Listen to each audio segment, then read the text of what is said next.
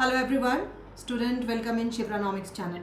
Student, आज मैंने अपने स्टूडियो में कंचन को बुलाया है, कंचन बुनकर, जिन्होंने आरपीएससी ग्रेड 1 में सक्सेस हासिल की है। और आरपीएससी ग्रेड 1 के सिलेबस को मैं मानती हूँ कि ये काफ़ी डिफ़िकल्ट सिलेबस है, इतना भी इजी नहीं है जैसे नॉर्मल पीजीटी का होता है। राजस्थान के क्वेश्चंस का लेवल होता है और इसमें मैथमेटिकल क्वेश्चंस भी काफ़ी देखे जाते हैं। तो इस एग्ज़ाम में सफलता हासिल करना अपने आप में एक उपलब्धि है। तो welcome Kanchan in my studio. नमस्ते मैम, चरण स्पर्श। Thank you. अच्छा कंचन, सबसे पहले आप अपने बैकग्राउंड के बारे में बताइए, आपने पढ़ाई कैसे की है और अभी कैसे यहाँ तक कैसे पहुँचे। मेरा बैकग्राउंड जैसे बहुत पढ़े लिखे बैकग्राउंड से नहीं आती हूँ। बस हमारे फैमिली में पापा ही जॉब में थे, अभी रिटायर हो गए पिछले साल। बाकी शुरू से मेरी स्टडी सिटी में ही हुई है, सीकर जिले में रहती हूँ मैं। तो शुरू से मैं पढ़ाई में ठीक ही थी और गवर्नमेंट स्कूल से मैंने पढ़ाई की है।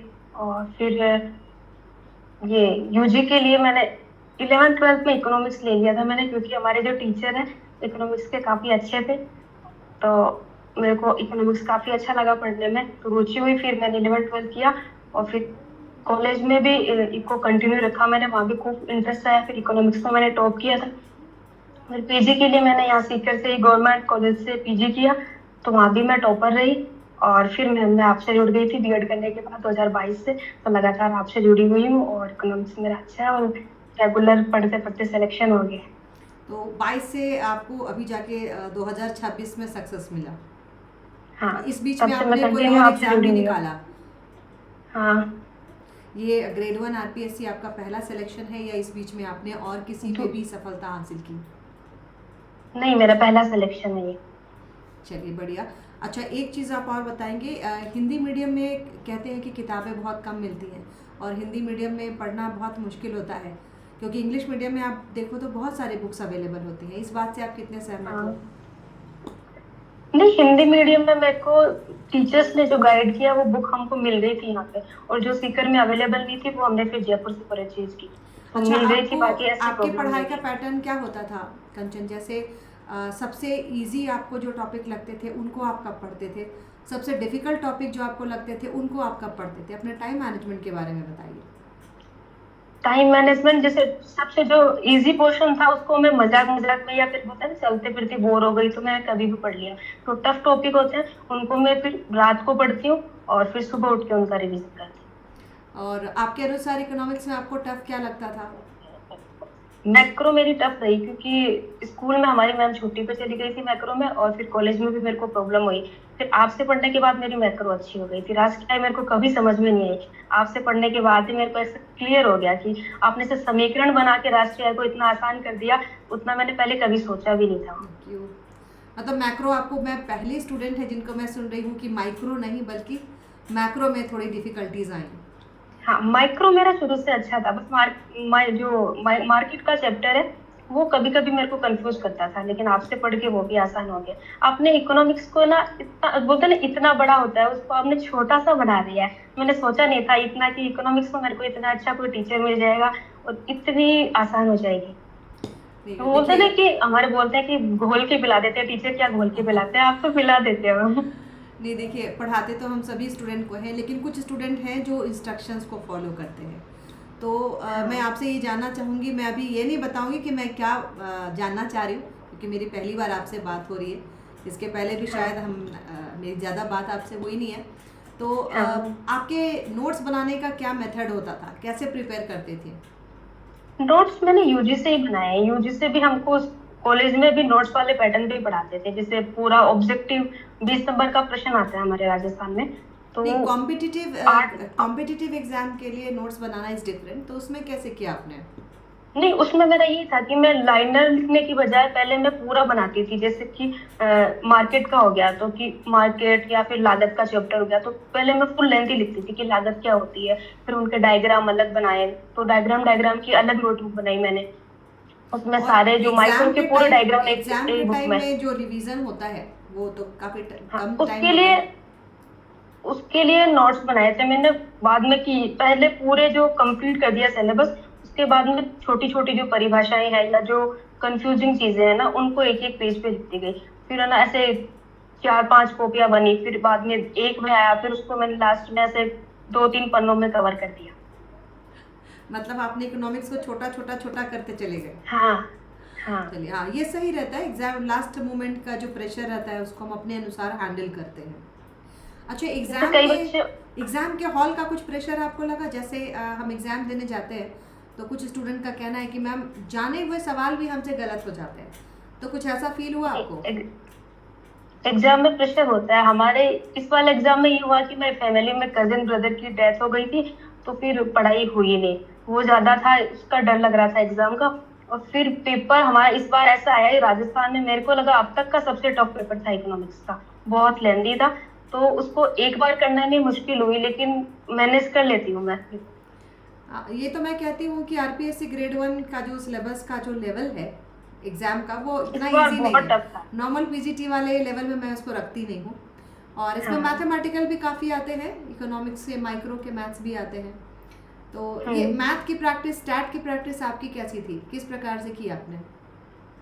मैथ्स में मेरे आसानी हुई क्योंकि मैंने 11th-12th में आर्ट्स में मैथ पढ़ा है, तो फिर स्टैटिक्स मेरा अच्छा था।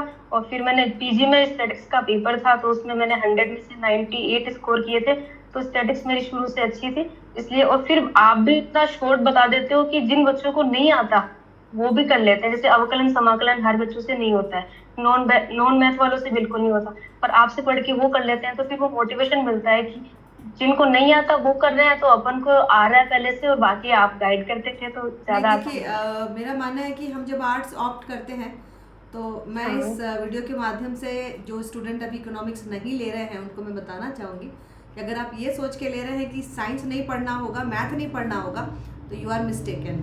क्योंकि जितना मैथ इकोनॉमिक्स में पढ़ना होता है शायद किसी और स्ट्रीम में नहीं पढ़ना है। अवकलन समाकलन से लेकर के अभी जैसे आपने ग्रेड 1 किया है, आगे अगर आप असिस्टेंट प्रोफेसर के लिए भी ऑप्ट करोगे, गोल तो बिल्कुल हाई रखना चाहिए। आई wish you all the best. तो मैथ का लेवल और भी बढ़ता चला जाता है। तो हम ये सोचे ना कि मैथ से पीछा छूट गया, ये आर्ट्स में नहीं होता। हाँ, मैथ तो मेरा हमेशा बोला इकोनॉमिक्स और मैथ पैरेलल चलते हैं, मेरे को दोनों ही बहुत पसंद है। मैथ प्रैक्टिस की चीज़ है, उसको जितना प्रैक्टिस करेंगे वो उतनी अच्छे से आता चला जाएगा। तो एक चीज़ आप और बताइए कि आपके फैमिली का सपोर्ट कैसा रहा? मतलब आपको पूरा पढ़ने का टाइम मिला या फिर आपने टाइम को मैनेज किया? क्योंकि कुछ स्टूडेंट हैं, देखो, अगर जिनकी शादी है, जो महिलाएं हमारी हाउसवाइफ हैं, उनको दिक्कत होती है, दैट आई एग्री। लेकिन कुछ स्टूडेंट कहते हैं कि मैम घर में भी पढ़ने का टाइम नहीं मिलता है। तो अगर आपके साथ भी ऐसा है, आपने टाइम को कैसे मैनेज किया? और अगर नहीं था तो भी आपका पढ़ने का शेड्यूल कैसा था? पढ़ाई में फैमिली मेरी हमेशा से सपोर्टिव रही है, लेकिन क्योंकि हम एकल परिवार है, मतलब यहाँ हम सिर्फ मम्मी पापा और भाई बहन ही रहते हैं सिटी में, तो फिर बाकी चीजें भी संभालनी पड़ती थी। और पापा यहाँ नहीं थे, जयपुर थी उनकी पोस्टिंग, तो पीछे से घर भी संभालना पड़ा। लेकिन लास्ट में ऐसा हुआ कि मैनेज नहीं हो पाया, तो फिर मैंने घर पे बात की और फिर मैं फरवरी में मेरी फ्रेंड के पास शिफ्ट हो गई थी। तो फेब, मार्च, अप्रैल, मई, जून 5 महीने हम दोनों ने पढ़ाई की, तो फिर मैनेज हो गया था। बाकी टाइम मैनेजमेंट में ऐसे है कि जैसे कई जैसे शादीशुदा महिलाएं हैं, वो घर में पढ़ती हैं, तो काम वाम करने के बाद काम, मतलब ऐसे मान लो कि एग्जाम करेक्ट करने के बाद अब टीचर बन गए हैं, तो अभी भी 9 से लेके 4 का या फिर 7 से 12 का स्कूल में टाइम देना होगा। तो मैं उसको पहले से ही जीने लग गई थी कि इतना टाइम तो आपको स्कूल में देना है, तो वो टाइम टेबल आप घर में ही बना के और वैसे टाइम निकाल के पढ़ाई कर सकते हैं। देखिए, जैसा आपने बोला ना, आप फ्रेंड के यहाँ शिफ्ट कर गए थे, तो बहुत सारे स्टूडेंट जिन्होंने पास आउट हुए हैं, कोई लाइब्रेरी जाके पढ़ते थे, या फिर किसी ने तो ये भी कहा है कि मैंने घर छोड़ करके एक हॉस्टल लेकर के पढ़ाई की। तो शांत वातावरण तो बहुत ज़रूरी है, खासकर इकोनॉमिक्स में, चूँकि हम कॉन्सेप्चुअल टॉपिक है हमारा। और मैं हमेशा कहती हूँ कि भाई इकोनॉमिक्स को पढ़ने के लिए थोड़ी शांति चाहिए, थोड़ी एकाग्रता चाहिए, जो मैं क्लासरूम में भी हमेशा बताती हूँ, है ना। चलिए, और लास्ट में आप आने वाले स्टूडेंट्स को क्या मैसेज देना चाहेंगी इस एग्ज़ाम के बारे में? क्योंकि देखो, मेरा मानना है, मैं तो ऑल ओवर इंडिया के पीजीटीज़ को पढ़ाती हूँ, लेकिन राजस्थान के एग्ज़ाम के लेवल को मैं अच्छा मानती हूँ। और आरपीएससी का ग्रेड 1 हो चाहे असिस्टेंट प्रोफेसर, क्वेश्चन टफ आते हैं। तो आने वाले स्टूडेंट्स को आप क्या मार्गदर्शन देना चाहेंगी? पहले तो मैं आपको धन्यवाद देना चाहूंगी, या मैं अपने ईश्वर को धन्यवाद देती हूँ कि आप मेरे को मिले। क्योंकि आपसे जब मैं यूट्यूब पे देखा मैंने आपको पहले, कि पहले जानती नहीं थी, लेकिन वो बोलते हैं कि ईश्वर का आशीर्वाद है कि बस कनेक्शन हो गया, फिर मैंने आपसे जुड़ाव किया। तो ऐप में 2022 में मैंने आपका कोर्स लिया, फिर उसको 2 बार रिन्यू भी करवाया है। मेरा मन कभी किया नहीं कि मैं आपको छोड़ के किसी और टीचर के पास चली जाऊं। तो उसके लिए आपको बहुत बहुत धन्यवाद। और आने वाले बच्चों को मैं यही कहूंगी कि जो भी आपका लविंग सब्जेक्ट है उसमें आगे जाए जाए उससे पहले आप अपनी फ्यूचर प्लानिंग बना के रखें, और सब्जेक्ट को हमेशा डेली पढ़ते रहें। क्योंकि जिस चीज से आप प्यार करते हैं आप उससे दूर नहीं जा सकते हैं। तो और पढ़ने के लिए शॉर्टकट ज्यादा नहीं अपनाएं। शॉर्टकट अपनाना चाहिए, लेकिन आपको पहले पूरा थ्योरी आना चाहिए उसके बाद। कई बच्चे स्टार्टिंग में शॉर्टकट में जाना पसंद करते हैं, और मैं ऐसे मानती हूँ कि आपको पूरा कॉन्सेप्ट पता है, उसके बाद शॉर्टकट काम करेगा। तो आप एक शॉर्ट बात नोट्स तब मैं बनाएं। काफ़ी आपने बड़ी मोटिवेशन वाली बात बोली और काफ़ी क्लैरिटी के साथ आप बात कर रहे हो। तो आजकल मैं देखती हूँ, जैसे मॉर्निंग के टाइम में मेरी आदत है कि मैं मॉर्निंग में आज भी अपने बुक को खोल के जरूर पढ़ती हूँ। लेकिन मॉर्निंग में हाँ बहुत सारे स्टूडेंट हैं जो कि व्हाट्सएप पे ढेर सारे मैसेज टाइप करते हैं। तो ये जो व्हाट्सएप का कल्चर है या ये जो मीडिया का कल्चर है, ये पढ़ाई में एक डिस्ट्रैक्शन की तरह होता है। तो आपने अपने आप को इससे थोड़ा अलग रखा होगा, तभी आप इस जगह पहुंचे हो। तो हाँ, इस मेरे डिस्ट्रैक्शन से फ्रेंड कैसे सर्किल हटते कम थे? है। हम 3-4 लोगों का एक ग्रुप था, तो हम आपस में ही बात करते थे। बाकी लोगों से मैंने कांटेक्ट नहीं रखा। फैमिली में मैंने नंबर शेयर नहीं किया अपने, नई नई सिम ली, और बहुत कम कांटेक्ट रखा। आपसे जैसे मैं बहुत बोलते हैं ना प्यार करती हूँ, बहुत मानती हूँ, लेकिन मैं आपको डेली मैसेज नहीं करती हूँ, कि मेरे को लगता है शायद डिस्टर्ब हो जाएंगे। उनके पास ऑल इंडिया से हजारों मैसेज आते हैं, तो कर नहीं पाएंगे। बाकी मेरे को जरूरत होती है तो मैंने आपसे ट्राई किया, और आपने मेरे को रिप्लाई भी किया है कि ये आप देखिए, ये आपका जरूरी नहीं है बोलना डेली आप ये बात आपका करें। बोलना बहुत सही है। मेरे पास एक्चुअली मेरे इनबॉक्स में 1000 मैसेज रहते हैं, और कभी कभी मैं वॉइस मैसेज से भी रिप्लाई करती हूँ। तो हाँ कुछ स्टूडेंट हैं जिनमें बहुत पेशेंस होता है, वो वेट करते हैं कि चित्रा मैम रिप्लाई देती है, और कुछ स्टूडेंट हैं कि वो बिल्कुल इम्पेशेंट हो जाते हैं, मैम रिप्लाई नहीं। तो आप आगे जा करके आप लोग भी टीचर बनोगे तो आपको समझ में आएगा कि मैम ऐसा क्यों करते हैं, है ना। हाँ। Thank you so much. मतलब ये दिखाता है कि आप में आपका पेशेंस लेवल बहुत हाई है। And I wish you all the best Kanchan, आगे के थैंक यू एग्जाम के मैम। लिए भी। और पीजीटी में ही नहीं रुकना है ना, इसके आगे भी असिस्टेंट ma'am। प्रोफेसर तक के लिए ट्राई करना है, ठीक है। नहीं, मैं आपसे आगे भी जुड़ी रहूंगी, और अभी करंट अफेयर पढ़ना है मेरे को, कि ऐसा है कि इकोनॉमिक्स में बहुत जितना पढ़ पाऊँ उतना पढ़ूं। करंट अफेयर का मैं ज़रूर, अभी रिकॉर्डिंग भी है लेकिन फिर भी मैं बता रही हूँ, करंट अफेयर का मैं आपको बताऊँगी किस प्रकार से तैयारी की जाती है। सो दैट, क्योंकि एक बार इस लाइन से हम जुड़ जाते हैं ना, टीचिंग से, हमें अपडेटेड रहना होता है। तो अभी मैं आपको वो सारी चीज़ें बताऊंगी कि किस तरीके से आप अपने आप को अपग्रेड कर सको।